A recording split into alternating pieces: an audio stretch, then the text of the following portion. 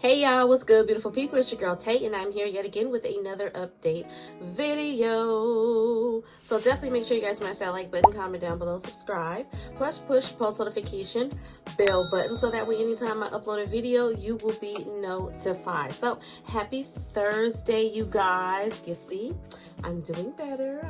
I'm doing better. We getting consistent, okay? But we're gonna jump right into the news here.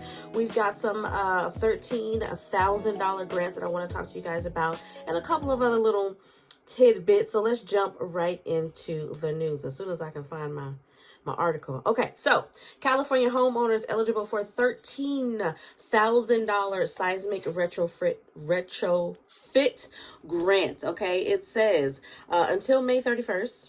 Eligible homeowners in select cities in the Bay Area and Southern California can apply for a seismic retrofit grant up to $13,000. The Earthquake Softstory, also known as the ESS pilot program, part of the California Residential Mitigation Program, also known as the CRMP, offers these funds to qualified homeowners in San Francisco, Oakland, Berkeley, Los Angeles, and Pasadena. Okay, the grant will help these homeowners strengthen their soft story homes against earthquake damage, which may be prone to partial or full collapse during an earthquake. All right. The CRMP, established by the California Earthquake Authority, CEA, and the California Governor's Office of Emergency Services, the Cal OES, offers incentive programs to help Californians strengthen their houses against earthquake damage. The Earthquake Soft Story Pilot Program is a new addition to this program and is made possible by a hazard mitigation grant from the Federal Emergency Management Agency, also known as FEMA, okay, that is being administered by the Cal OES. Eligible homeowners can apply for retrofit funding at www.earthquakesoftstory.com between April the 25th and May the 31st. They can also find program information, select from a list of FEMA-trained California licensed general contractors, and view the full list of eligible zip codes on the website as well. Homeowners in 82 zip codes are eligible for these grants, and approximately 375 grants of up to $13,000 each will be awarded depending on the type of house and the appropriate retrofit. Okay, participating homeowners will be selected through a random drawing and notified via email if they have been selected or if they have been placed on the waiting list after registration close. Okay, so I think that this is good. I'm not a homeowner. I'm not a homeowner myself. I will be. That is the goal. We're trying to get there. I'm gonna give myself about 2 years to kind of get everything together, make sure that I have everything that I need, make sure that I'm situated in my career, i.e. YouTube.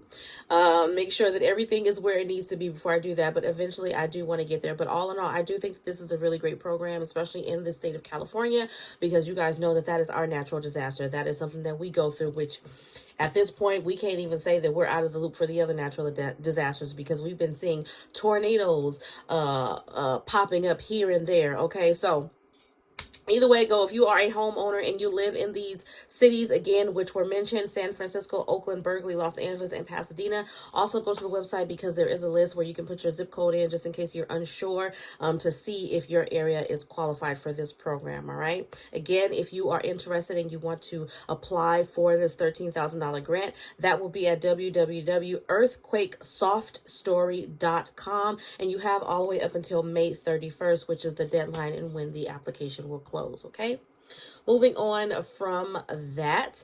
So I wasn't sure I was going to talk to you guys about this, but I think it's sweet. We're going to leave that to the end, though. We're going to get to that in just a second, though. Okay. This I found to be interesting. It says a new blood test could bring in a law for minimum hours sleep needed to drive. I thought that was interesting, okay? Seems like they're trying to put a law in place for everything, and that's when stuff starts to scare me as it pertains to our government, because now you're putting way too many rules and regulations. That's what I mean by when they say it's the land of the free. Are we really that free? A new blood test could introduce a law for the minimum number of hours of sleep that are needed to drive. Now, let me just say this before I get into this.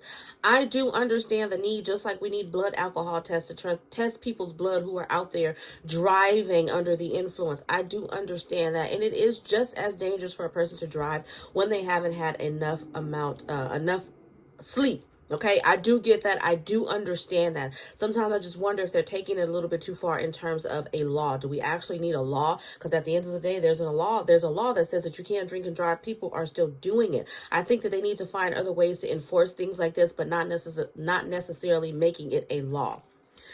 Let me know what you guys think down below in the comment section. I'm really, really curious to see how you guys feel about this. But it says, with around 1/5 of road accidents thought to be linked to tiredness, the test would detect whether someone is too sleep deprived to be driving and could be available in the next 5 years. Nature and Science of Sleep published a study last month which suggested the risk of having a crash could be doubled if a driver has slept less than 4 or 5 hours in the previous 24 hours. We've all done that.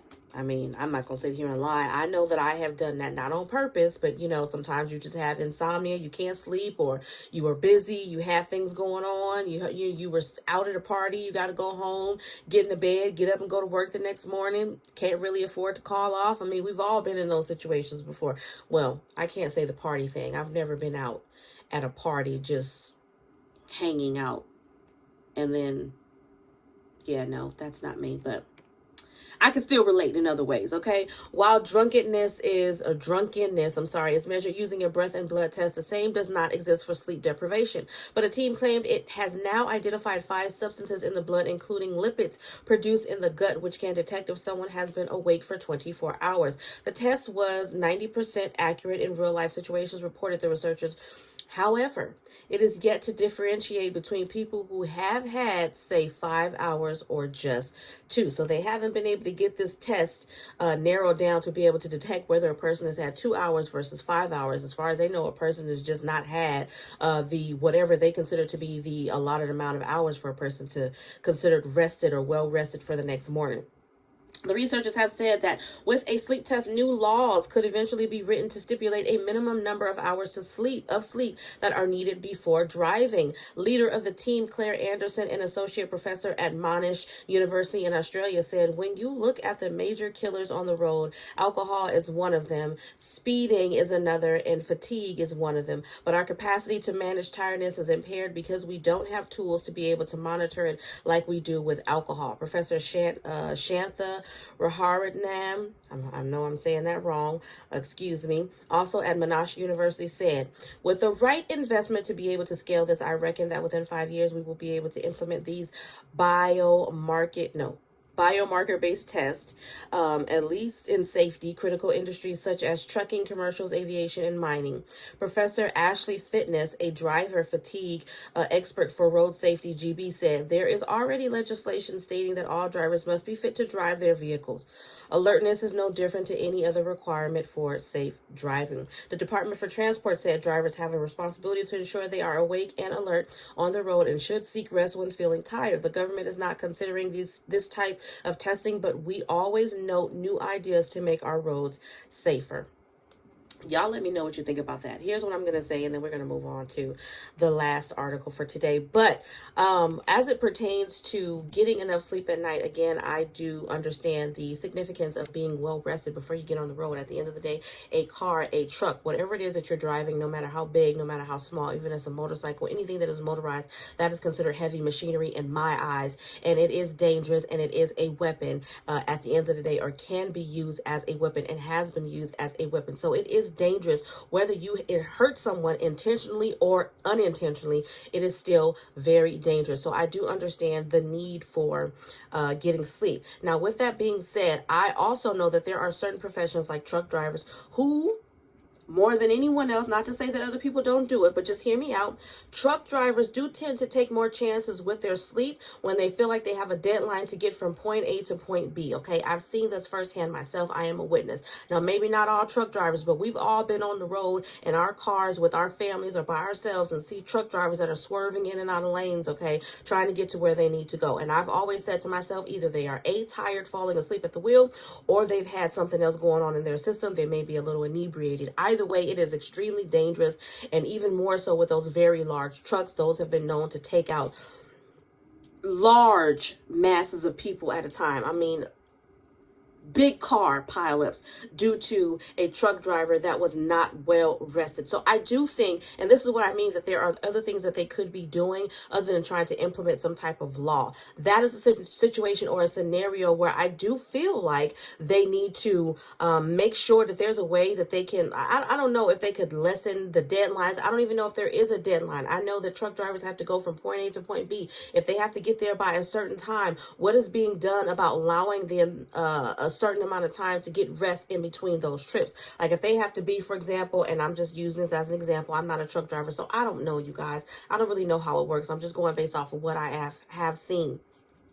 Having to get from Los Angeles to San Francisco, okay, let's just say that they picked up something at 5 p.m. and they were told that they needed to get it there by 5 a.m. the next day. I don't know if that's possible or not, but I feel like in a situation where we know that there's there's a significant distance from point A to point B, there should be some time implemented into the schedule for these truck drivers to be able to pull over and get the rest that they need to be able to be on the road with their trucks driving from point A to point B. Y'all let me know if you agree with that. I'm not going to continue to dig into that further and further and further, but I'm just saying, I do myself. My children are afraid and paranoid every time we drive on the freeway and we're close to one of those big rig trucks or any of those trucks that are traveling, whether it's in the middle of the day or it's at nighttime. They're always yelling and screaming, anxious, wanting me to pass the truck up. And sometimes I want to pass the truck up because, like I said, I've been in situations where even in the middle of the day, they are swerving in and out of lanes. I don't know if it's because they're not paying attention or if it's because they've been driving all night and they just don't want to stop because they're trying to make it to wherever they're trying to get to at a certain time. Either way, I think that there are other things that they could be implementing to help that. But moving on from that, the last and final thing that I wanted to bring up to you guys, which I think is something that's really, really, really cute. Lowe's is giving away free flowers for Mother's Day. Now, this actually came out about 2 days ago by Loop Press News staff, okay? It says Lowe's has a giveaway to make Mother's Day a little brighter. Lowe's is giving away free one pint flowers for Mother's Day. The offer is obviously available while the supplies last. Okay, to claim your flowers, you must register on Lowe's website starting April the 30th. Registration closes May the 12th, which when you guys are seeing this video, is most likely going to be May the 11th. So I think that you guys still have enough time. By the time you see this video, you'll have all day, May 12th. And even when you're seeing this video on May 11th, to register if this is something that you want for yourself. The article doesn't go any deeper than that, other to say Mother's Day is Sunday, May 14th. And they are, of course, wishing every mother a very, very, very happy Mother's Day. So I thought that that was sweet. Okay, I don't know how big or small a pint of flowers is. I don't even know what that would look like. I know myself, I love flowers and plants, obviously. So don't know if I'm going to register. I'm going to think about it. I may do it. I just, I don't know. I'm assuming there'll be more information on the website. It just says Lowe's website. There's actually a link here in this particular article that links out to the website, but I think that you could just go on the Lowe's website and just look up the free pint flowers for Mother's Day, or there should be something actually there. If I can find it when I'm editing this video, then I'll put like a little small video clip on the screen just to show you guys how I was able to access it, just in case you guys were thinking about doing it. And then last but certainly not least, I actually just got this. Oh, look at my baby. But I actually just got this text message and my daughter was just trying to call me before doing this video. But she is going to be she's doing a fundraiser, you guys. It says, hi, I'm doing a virtual fundraiser selling Double Good Ultra Premium Popcorn for 4 days from Tuesday, May 9th through Saturday, May 13th. And then there is a link. So I am going to put the link for that down below in the description box right at the top. If you guys are feeling gracious enough, go ahead and support my daughter. This is my elder daughter. I'm not sure if this has anything to do with the fact that she just recently made the cheerleading squad. I'm really, really happy and excited about that. If you don't know, I am a mom of 6. My eldest daughter is 16 years old. She is my twin, minus the fact that I am 5'5" and she is like 5'10", 5'11". Okay, other than that, that is my baby. But anyways, you guys, as always, I hope this information has been in some way helpful or useful to you guys at least a little bit. Do me a favor if you haven't already. Don't forget to smash that like button because it really does help to let YouTube know that you like what I'm doing and you want me to stick around. I gotta say this because I know somebody gonna be in the comment section trying to rain on my parade. It is absolutely 100% up to you if you guys choose to support my daughter in her venture and actually use the link, okay? I will not be receiving any compensation from it. She doesn't receive any compensation for it. I'm assuming that this has to do with her cheer cheerleading and all of that. So all the proceeds is going to go to their squad or whatever, okay? The information for that will be down below. I'm actually doing this on the fly because I just got the message, so I actually haven't had a chance to look at the actual website myself, okay? But this is not something that I'm going to receive any compensation for. This is going all solely to her. So if you want to support her, I appreciate it. If you don't, no hard feelings. On that note, you guys, let's leave some blue hearts down below. Let me know you made it all the way to the end of the video, or as always, just leave a quick hey tay, and I'll definitely respond back to you guys. As always, I'm going to say, remember to live, love, elevate. If you guys are not following me on my beauty and lifestyle channel, I just released a vlog today, which is actually Wednesday, not the day that you guys are seeing this, which will be Thursday. Definitely check out the description box below, as well as my link for my other channel will be there as well, okay? And I will definitely see you guys in the next video. Peace, y'all. Bye. There's always a choice. Can you help me? Can you help me?